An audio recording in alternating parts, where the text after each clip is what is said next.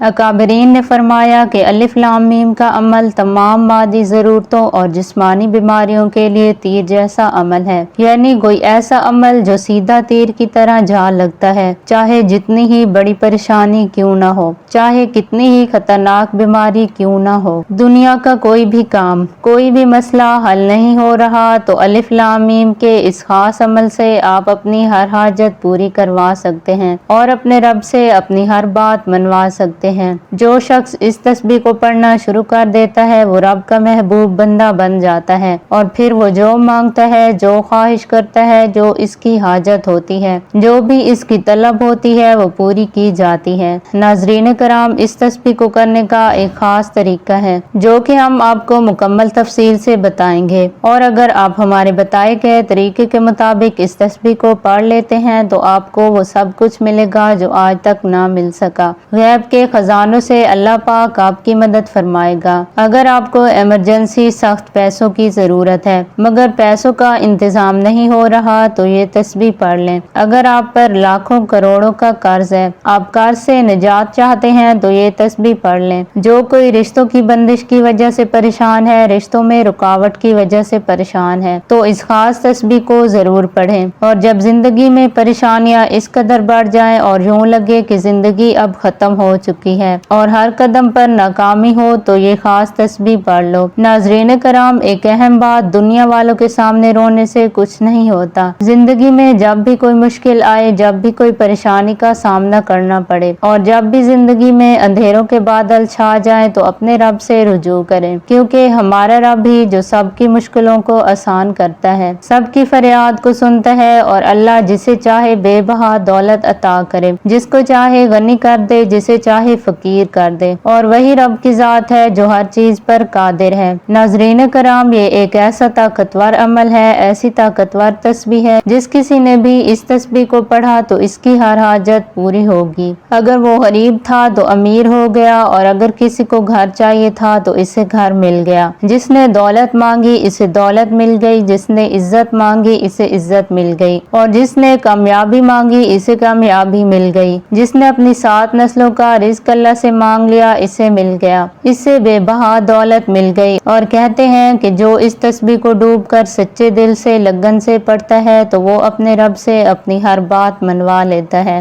دنیا کی دولت ہو یا آخرت کی دولت تو وہ اس کے قدموں میں ہوتی ہے، جس چیز کی طرف اشارہ کرتا ہے وہ اس کی ہو جاتی ہے، اور جو خواہش کرتا ہے، جو طلب کرتا ہے پوری ہوتی ہے، کیونکہ اللہ پاک اپنے محبوب بندوں کی کوئی بات رد نہیں کرتا۔ عمل یہ ہے کہ آپ نے عشاء کی نماز کے بعد قبلہ رخ بیٹھ کر اس عمل کو کرنا ہے۔ آپ نے ایک سفید کاغذ لینا ہے اور اس پر آپ نے الف لام میم لکھنا ہے، اور پھر آپ اسے اپنے سامنے دیوار پر لگا دیں اور تھوڑے فاصلے پر بیٹھ جائیں۔ اپنی جگہ پر بیٹھنے کے بعد آپ نے اپنے مقصد کو اپنے ذہن میں لانا ہے، جو بھی آپ کا مقصد ہے، جو بھی آپ کی حاجت ہے، اپنی حاجت کو اپنے ذہن میں رکھتے ہوئے اور کاغذ پر لکھتے ہوئے الف لام میم کو دیکھتے ہوئے ایک تسبیح پڑھنی ہے، اور تسبیح مکمل کرنے کے بعد اپنے رب سے روتے ہوئے گڑ گڑا کر اپنے مقصد کے لیے دعا مانگنی ہے۔ انشاءاللہ آپ کی ہر حاجت پوری ہوگی اور آپ کو ہر مقصد میں کامیابی ملے گی۔ ایک حدیث پاک میں ہے کہ کیا میں تمہیں وہ چیز نہ بتاؤں جو تمہیں تمہارے دشمن سے نجات دے اور تمہارا رزق وسیع کر دے؟ تو فرمایا کہ رات دن اللہ تعالیٰ سے دعا مانگتے رہو، کہ دعا مومن کا ہتھیار ہے۔ اسی طرح نبی کریم صلی اللہ علیہ وسلم کا فرمان ہے، بلا اترتی ہے پھر دعا اس سے جا ملتی ہے، پھر دونوں قیامت تک جھگڑا کرتے رہتے ہیں، یعنی بندہ جب دعا مانگتا ہے تو اوپر سے جو اترنے والی بلا ہوتی ہے اس کی دعا بلا سے جا ملتی ہے، اب یہ دونوں آپس میں جھگڑا کرتے ہیں اور دعا اس بلا کو اس بندے تک پہنچنے نہیں دیتی۔ حضرت سیدنا ابو ذر غفاری رضی اللہ عنہ ارشاد فرماتے ہیں، عبادات میں دعا کی وہی حیثیت ہے جو کھانے میں نمک کی ہے۔ کھانے میں نمک اگر زیادہ استعمال کیا جائے تو کھانا بے ذائقہ ہوتا ہے، کھانا کھانے میں مزہ نہیں آتا۔ اسی طرح اگر عبادت کی جائے اور دعا نہ مانگی جائے تو عبادت میں لطف اور سکون نہیں رہتا۔ اللہ کے پیارے حبیب صلی اللہ علیہ وسلم نے فرمایا، جو مسلمان ایسی دعا کرے جس میں گناہ اور قطع رحمی کی کوئی بات شامل نہ ہو تو اللہ تعالیٰ اس کو 3 فائدوں میں سے کوئی ایک فائدہ ضرور عطا فرمائے گا۔ نمبر 1 یا اس کی دعا کا نتیجہ جلد ہی اس کی زندگی میں ظاہر ہو جائے گا، یعنی بندے نے دعا مانگی کہ اللہ پاک میری فلاں خواہش پوری ہو جائے، تو اب اس کی خواہش پوری ہوگی، تو یہ اس بندے کو دعا مانگنے کا پہلا فائدہ حاصل ہوا۔ نمبر 2 اللہ تعالیٰ اس بندے سے کوئی مصیبت دور فرما دیتا ہے، یعنی بندے نے دعا مانگی کہ میری یہ خواہش پوری ہو جائے، اب اس کی وہ خواہش پوری نہیں ہوئی، لیکن اللہ پاک اس دعا کی برکت سے اس بندے پر آنے والی مصیبت کو دور فرما دے گا۔ نمبر 3 دعا مانگنے والے کے لیے آخرت میں بھلائی جمع کی جاتی ہے۔ دعا مانگنے والے کو پہلے جو 2 فائدے ہیں، ان میں سے دنیا میں کوئی فائدہ حاصل نہیں ہوا، تو اب اس دعا مانگنے والے کی دعا کو اس دنیا پر جو اس کو اجر ملنا ہے وہ اس کے لیے آخرت میں جمع کر دیا جائے گا۔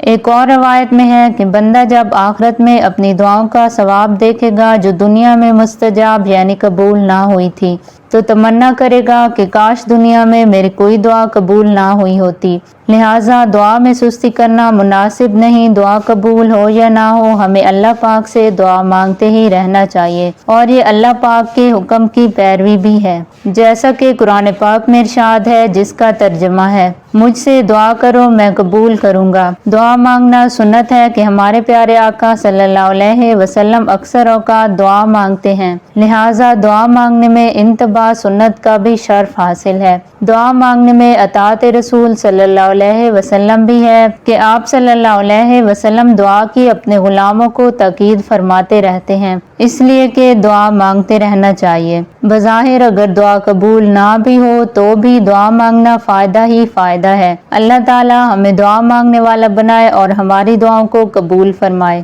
دعا مانگنے کے آداب۔ نمبر 1 دعا مانگنے سے پہلے اللہ تعالیٰ کی ثنا بیان کرے اور نبی پاک صلی اللہ علیہ وسلم پر درود شریف لازمی پڑھے۔ نمبر 2 دعا خلوص نیت سے مانگے اور اللہ پاک پر بھروسہ رکھیں۔ نمبر 3 ہمیشہ یاد رکھیں دعا کی قبولیت کی 3 صورتیں ہو سکتی ہیں۔ پہلی صورت آپ نے جو دعا مانگی وہی مل جائے، دوسری صورت جو مانگا وہ نہ ملے بلکہ اس سے اچھا کچھ اور مل جائے، تیسری صورت ہماری دعائیں قیامت والے دن ہمارے لیے ایسا وسیلہ بن جائیں گی کہ ہم تمنا کریں گے کہ کاش دنیا میں کوئی دعا قبول ہی نہ ہوئی ہوتی۔ نمبر 4 دعا مانگتے ہوئے اس بات پر یقین رکھیں کہ آپ کی دعا ضرور قبول ہوگی۔ نمبر 5 سب سے پہلے اپنے لیے دعا مانگے اور پھر بعد میں دوسروں کے لیے دعا مانگے۔ نمبر 6 دعا مانگتے ہوئے اپنے والدین، گھر والوں کو اور سب مسلمانوں کو یاد رکھیں۔ نمبر 7 دعا پوری یکسوئی اور توجہ سے مانگے اور دعا کے دوران اپنی نگاہیں اپنے ہاتھوں پر رکھیں۔ نمبر 8 دعا مانگنے سے پہلے اگر وضو کر لیا جائے تو اچھی بات ہے۔ نمبر 9 اپنی دعاؤں میں ہر اس چیز کی خواہش کریں جو آپ کو چاہیے اور چھوٹی سے چھوٹی چیز کی طلب کے لیے اللہ تعالیٰ سے دعا کریں، بے شک ہمارا پیارا اللہ ہماری دعاؤں کو سننے والا ہے۔ نمبر 10 دعا مانگنے کے بعد جلد بازی کا مظاہرہ نہ کریں کہ میں نے فلاں دعا مانگی تھی لیکن وہ قبول نہیں ہوئی۔ اللہ پاک پر بھروسہ اور یقین رکھیں کیونکہ اللہ تعالیٰ ہمارے حق میں بہتر فیصلہ فرمانے والا ہے، لیکن ہم ان چیزوں سے باخبر نہیں ہوتے۔ حضرت ابو موسیٰ رضی اللہ عنہ سے روایت ہے کہ نبی کریم صلی اللہ علیہ وسلم نے دعا مانگتے وقت اپنے ہاتھ اتنے بلند کیے کہ آپ صلی اللہ علیہ وسلم کے بغلوں کی سفیدی نظر آنے لگی۔ سیدنا عمر بن خطاب رضی اللہ عنہ سے روایت ہے جس دن بدر کی لڑائی ہوئی رسول صلی اللہ علیہ وسلم نے مشرکوں کو دیکھا اور قبلے کی طرف منہ کیا، پھر دونوں ہاتھ پھیلائے اور پکار کر دعا کرنے لگے اپنے پروردگار سے۔ حضرت فضالہ بن عبید رضی اللہ عنہ سے روایت ہے کہ رسول اللہ صلی اللہ علیہ وسلم ہم لوگوں کے ساتھ مسجد میں تشریف فرماتے تھے۔ اس وقت ایک شخص مسجد میں آیا، اس نے نماز پڑھی اور یہ دعا کی، اے اللہ میری مغفرت کر دے اور مجھ پر رحم فرما۔ رسول اللہ صلی اللہ علیہ وسلم نے فرمایا، اے نمازی تو نے جلدی کی، جب تو نماز پڑھ کر بیٹھے تو اللہ کی شایان شان اس کی حمد بیان کر اور مجھ پر صلات یعنی درود بھیج، پھر اللہ سے دعا کر۔ کہتے ہیں کہ اس کے بعد ایک اور شخص نے نماز پڑھی، اس نے اللہ کی حمد بیان کی اور نبی کریم صلی اللہ علیہ وسلم پر درود بھیجا تو نبی کریم صلی اللہ علیہ وسلم نے فرمایا، اے نمازی دعا کر، تیری دعا قبول کی جائے گی۔ حضرت انس رضی اللہ عنہ سے روایت ہے کہ نبی کریم صلی اللہ علیہ وسلم نے فرمایا، جب تم اللہ سے دعا کرو تو عزم کے ساتھ کرو اور تم میں سے کوئی یوں نہ کہے، اگر تو چاہے تو مجھے عطا کر دے، کیونکہ اللہ کو کوئی بھی مجبور نہیں کر سکتا۔ اللہ تعالیٰ کے نزدیک کوئی چیز دعا سے بزرگ تر نہیں۔ دعا مصیبت اور بلا کو اترنے نہیں دیتی۔ دعا مسلمانوں کا ہتھیار ہے، دین کا ستون ہے اور آسمان و زمین کا نور ہے۔ دعا کرنے سے گناہ معاف ہوتے ہیں۔ اللہ تعالیٰ دعا کرنے والے کے ساتھ ہوتا ہے۔ جسے دعا کرنے کی توفیق دی گئی، اس کے لیے رحمت کے دروازے کھول دیے گئے۔ اپنے رب سے گڑ گڑاتے ہوئے اور چپکے چپکے دعا مانگو، بے شک وہ حد سے گزرنے والوں کو پسند نہیں کرتا۔ حضرت انس بن مالک رضی اللہ عنہ سے روایت ہے کہ نبی کریم اللہ رب العزت سے روایت کرتے ہوئے فرماتے ہیں کہ اللہ تعالیٰ فرماتا ہے، آدم کے بیٹے، جب تک تو مجھ سے دعا کرتا رہے گا اور مجھ سے امید رکھے گا، میں تمہیں معاف کرتا رہوں گا، چاہے تم سے کچھ بھی سرزد ہوتا رہے۔ ابن آدم، مجھے اس امر کی کوئی پرواہ نہیں کہ اگر تمہارے گناہ آسمان کی بلندیوں تک بھی پہنچ جائیں، پھر تم مجھ سے بخشش طلب کرو تو میں تمہیں بخش دوں گا، اور مجھے اس کی کوئی پرواہ نہیں۔ ابن آدم، اگر تو گناہوں سے پوری زمین بھر کر لے آئے لیکن تمہارے دامن پر میرے ساتھ شرک کا داغ نہ ہو تو میں اتنی ہی مغفرت لے کر آؤں گا اور تمہیں معاف کروں گا۔ سیدنا ابو ہریرہ رضی اللہ عنہ روایت کرتے ہیں کہ رسول اللہ صلی اللہ علیہ وسلم نے فرمایا، اللہ عز و جل فرماتا ہے، میں اپنے بندوں کے گمان کے مطابق ہی اس سے معاملہ کرتا ہوں۔ وہ جب مجھے پکارتا ہے تو میں اس کے ساتھ ہوتا ہوں۔